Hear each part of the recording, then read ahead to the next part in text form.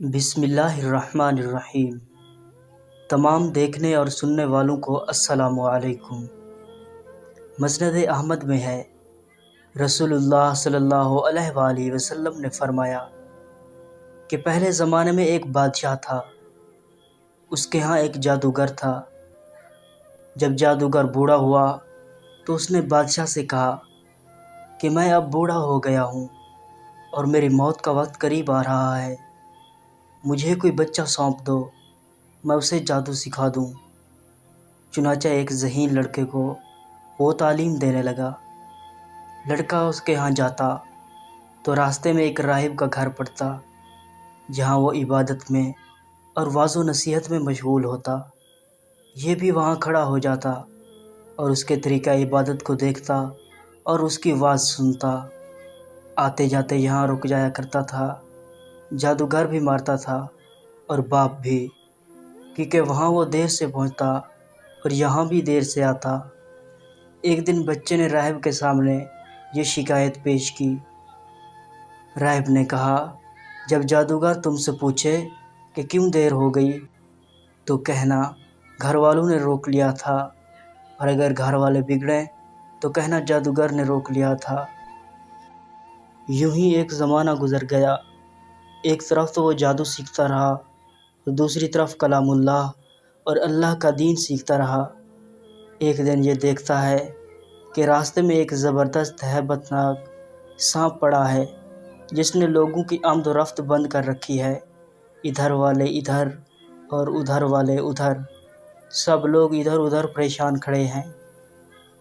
اس نے اپنے دل میں سوچا کہ آج موقع ہے کہ میں امتحان لوں، راہب کا دین اللہ کو پسند ہے یا جادوگر کا۔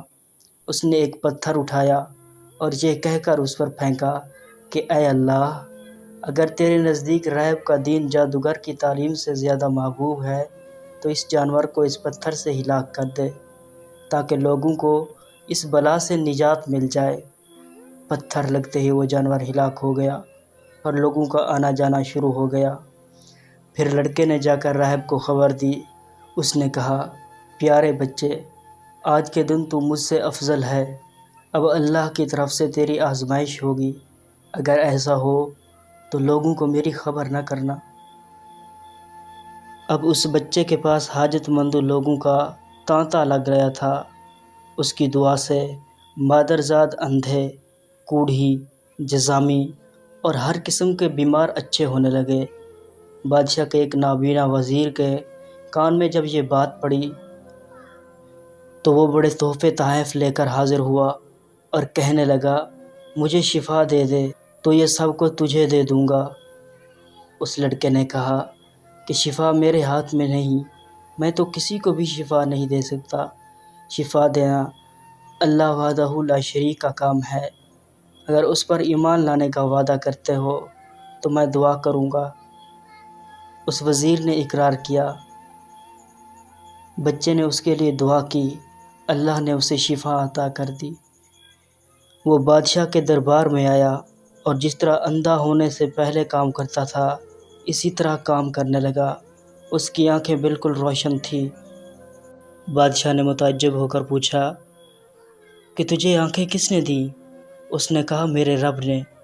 بادشاہ نے کہا، ہاں، یعنی میں نے دی۔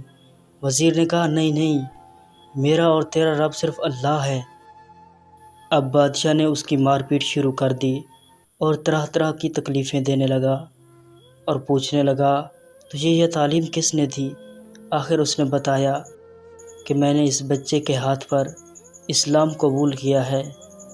اس نے اسے بلایا اور کہا، اب تم جادو میں کامل ہو گئے ہو، اندھوں کو دیکھتا اور بیماروں کو تندرست کرنے لگے ہو۔ اس نے کہا، غلط ہے، میں کسی کو شفا نہیں دے سکتا، نہ جادوگر ہوں، شفا اللہ کے ہاتھ میں ہے۔ وہ کہنے لگا، اللہ تو میں ہی ہوں۔ اس نے کہا، ہرگز نہیں۔ بادشاہ نے کہا، پھر تم میرے سوا کسی اور کو رب مانتا ہے؟ تو اس نے کہا، میرا اور تیرا رب صرف اللہ ہے۔ اس نے اب بچے کو طرح طرح کی سزائیں دینا شروع کر دی، یہاں تک کہ راہب کا پتہ لگا لیا اور راہب کو بلا کر کہا کہ اسلام کو چھوڑ دے۔ اس نے انکار کیا تو بادشاہ نے اسے آرے سے چروا دیا۔ پھر اس نوجوان سے کہا کہ تو بھی دین اسلام سے باز آ جا۔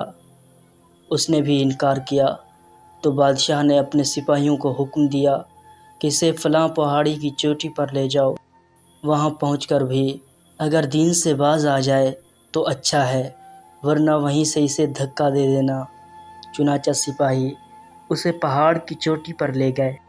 جب اسے دھکا دینا چاہا تو اس نے اللہ سے دعا کی، اے اللہ، جس طرح تو چاہے مجھے اس سے نجات دے۔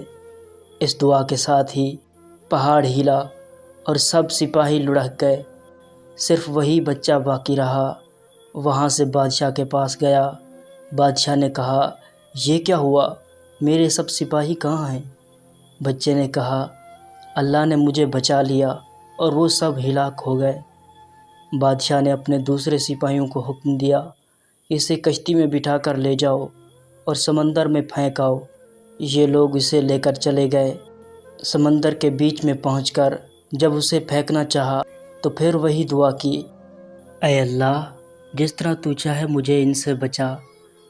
دعا کے ساتھ ہی ایک موج اٹھی اور سارے کے سارے سپاہی سمندر میں ڈوب گئے، صرف وہی بچہ باقی بچا رہا۔